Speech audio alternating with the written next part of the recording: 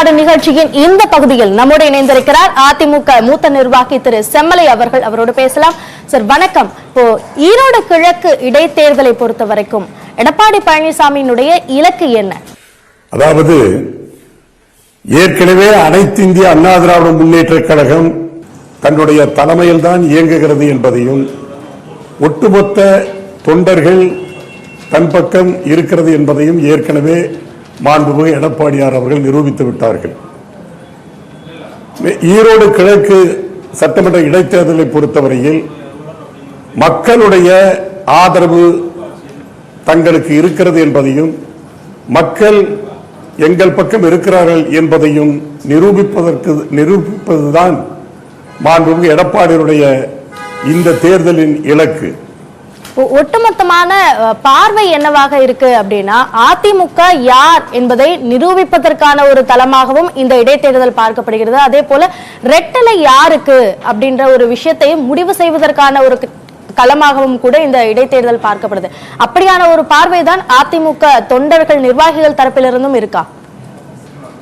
இன்றைய நிலையில் இந்த நிமிடம் வரை சென்னை உயர்நீதிமன்றத்தினுடைய 2 நீதிபதிகள் கொண்ட அமர்வினுடைய தீர்ப்பு தான் இறுதியானது.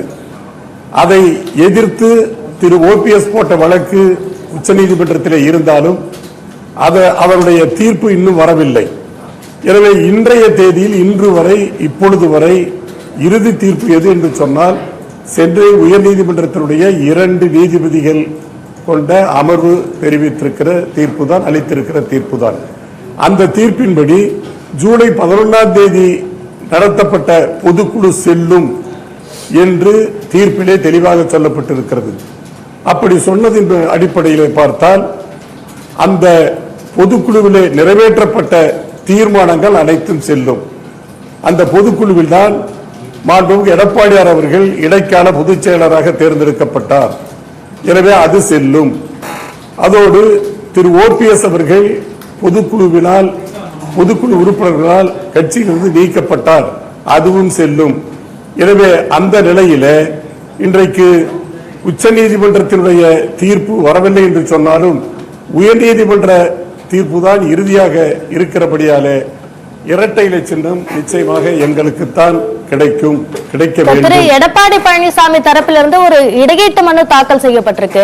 அதில் ஏதாவது ஒரு இடைக்கால உத்தரவு வர்ற பட்சத்தில் அதற்கு அடிப்படையாக தேர்தல் ஆணையத்துடைய பதில் எடுத்துக்கொள்ளப்படும். தேர்தல் நடத்தும் அலுவலர் கையில் தான் சின்னம் ஒதுக்கக்கூடிய அதிகாரம் இருக்கும் என்ற ஒரு பதில் மனுவை தேர்தல் ஆணையம் வழங்கியிருக்கிறது. இது எடப்பாடி பழனிசாமி தரப்புக்கு சாதகமான ஒரு சூழலாக இருக்கும் அப்படின்னு நினைக்கிறீங்களா? அதாவது தேர்தல் ஆணையம் உச்ச நீதிமன்றத்திலே போட்டிருக்கிற அந்த கவுண்டர் அபிடவிட் உள்ளபடியே அந்த அபிடவிட்ல இருந்து அந்த கவுண்டரில் இருந்து என்ன தெரிகிறது என்று சொன்னால் தேர்தல் ஆணையம் தங்களுடைய பொறுப்பில் இருந்து நழுவுகிறது என்பதைத்தான் அது காட்டுகிறது. இன்னும் சொல்ல போனால் தேர்தல் ஆணையம் தன்னுடைய கடமையில் இருந்து தவறுகிறது என்பதுதான் அவருடைய அந்த பதில் மனு மூலமாக தெரிய வருகிறது.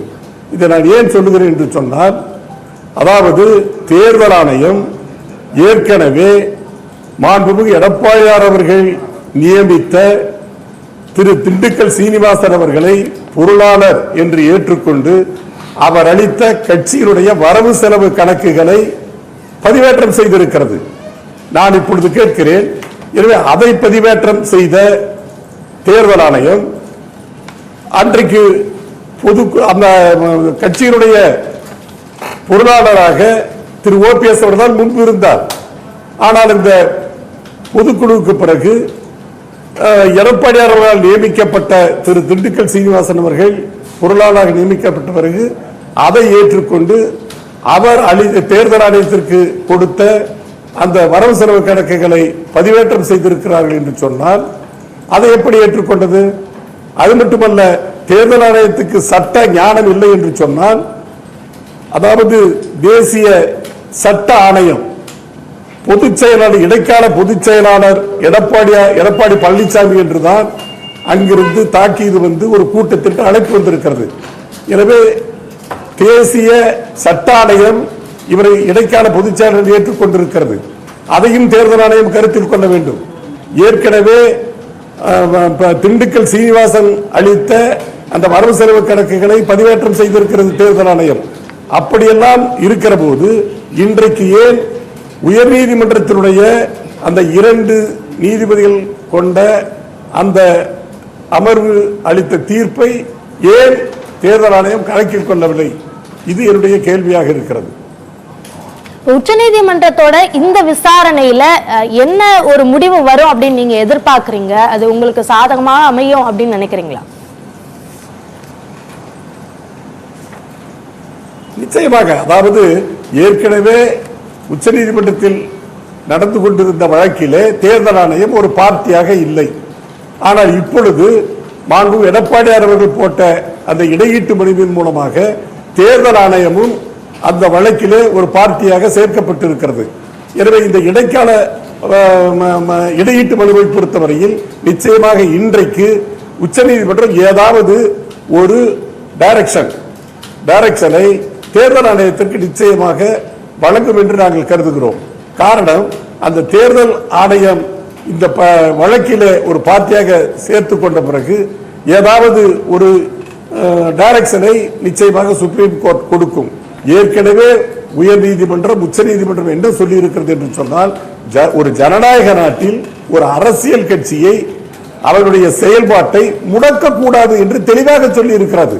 எனவே நீதிமன்றங்களே ஒரு அரசியல் கட்சியுடைய செயல்பாட்டை முடக்கக்கூடாது என்று தெளிவாக சொன்ன பிறகு ஏன் ஆணையம் தேர்தல் ஆணையம் முட்டுக்கட்டை போட வேண்டும்?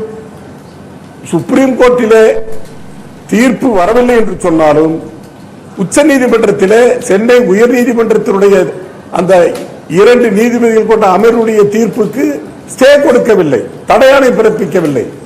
எனவே இன்றைய நிலையில உயர் நீதிமன்றத்தினுடைய அந்த 2 நீதிபதிகள் கொண்ட அமர்வுடைய தீர்ப்பு தான் இறுதியான தீர்ப்பு. நிச்சயமாக தேர்தல் ஆணையம் அதை ஏற்றுக்கொள்ள வேண்டும். அது குறித்து அந்த வகையான ஒரு டைரக்ஷனை தான் உச்ச நீதிமன்றம் இன்றைக்கு வழங்குவார்கள் என்று நான் கருதுகிறேன். எனவே அந்த சின்ன பிரச்சனை நிச்சயமாக தீர்க்கப்பட்டுவிடும். இப்போ உச்சநீதிமன்றத்தோட அந்த முடிவுக்காக காத்திருக்கிறது அதிமுக மட்டும் இல்ல, இபிஎஸ் ஓபிஎஸ் மட்டும் இல்ல, அதிமுகவோட கூட்டணியில் இருக்கக்கூடிய கட்சிகளும் தான். சில கட்சிகள் யாருக்கு ஆதரவு அப்படின்றத தெரிவிச்சுட்டாங்க. குறிப்பா பாஜக இன்னும் அதற்கான ஒரு அறிவிப்பை வெளியிடாமலே இருக்கிறாங்க. ஏன் பாஜக தயக்கம் காட்டுறாங்க? இவ்வளவு தயக்கம் எதனால?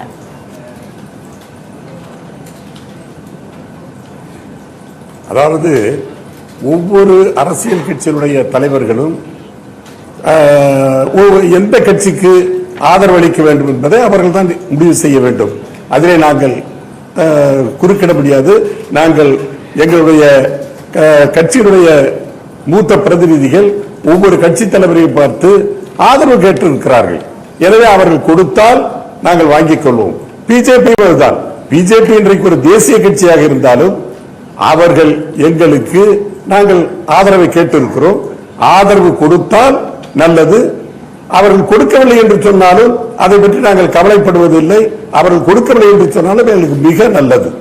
எனவே நாங்கள் யாருக்காகவும் காத்திருக்கவில்லை.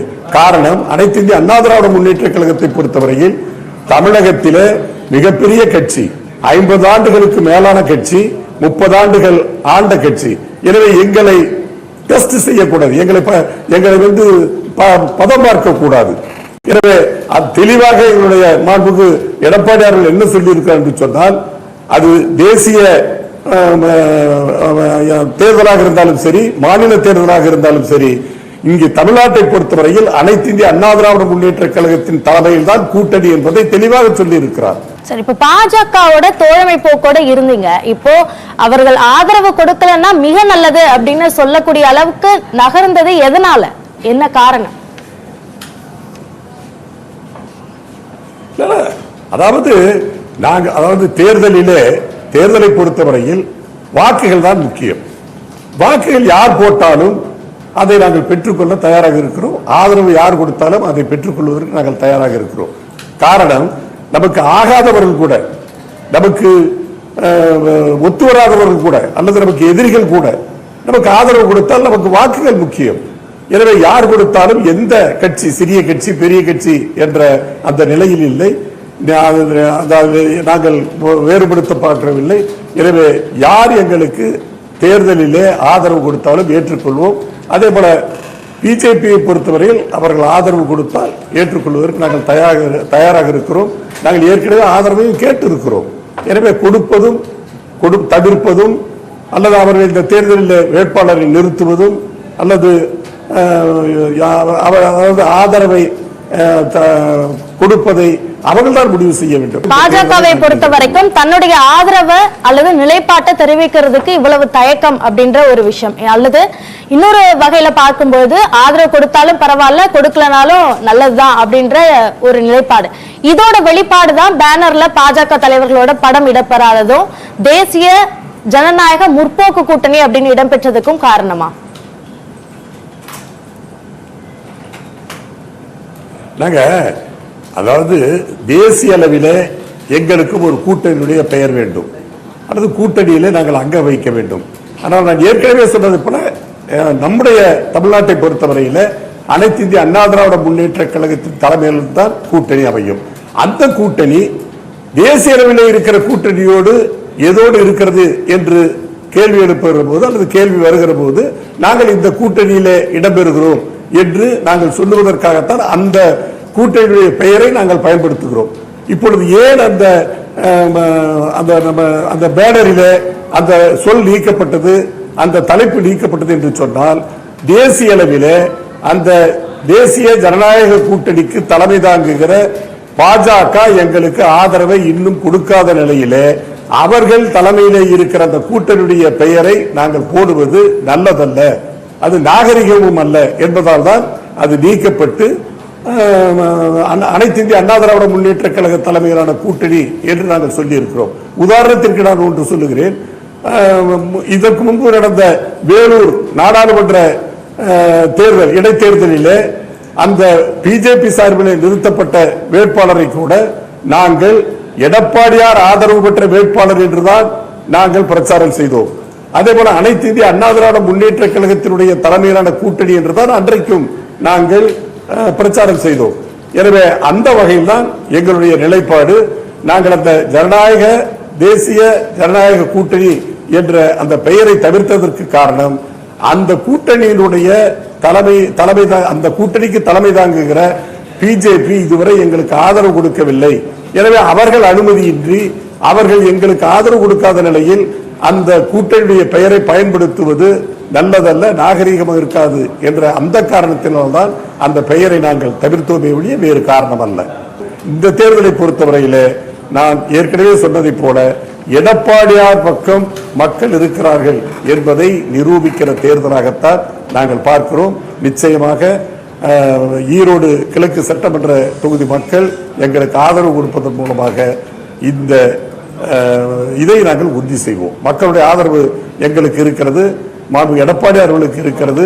எனவே அனைத்து இந்திய அண்ணா திராவிட முன்னேற்ற கழகம் என்ற இந்த இயக்கம் எடப்பாடியார் தலைமையில் தான் இயங்கிக் கொண்டிருக்கிறது. அனைத்து இந்திய அண்ணா திராவிட முன்னேற்ற கழகத்தினுடைய தொண்டர்கள் ஒட்டுமொத்தமாக அவர் பக்கம்தான் இருக்கிறார்கள் என்பதை நாங்கள் இந்த தேர்தல் மூலமாக நிச்சயமாக நிரூபிப்போம். உச்சநீதிமன்றம் என்ன சொல்கிறது என்பதையும் நாம் பொறுத்திருந்து பார்ப்போம். தீர்ப்பு குறித்த எதிர்பார்ப்பு, ஈரோடு கிழக்கு இடைத்தேர்தல் சார்ந்த இலக்கு, இவை குறித்தெல்லாம் எங்களோடு பகிர்ந்து கொண்டமைக்கு நன்றி திரு செம்மலம்.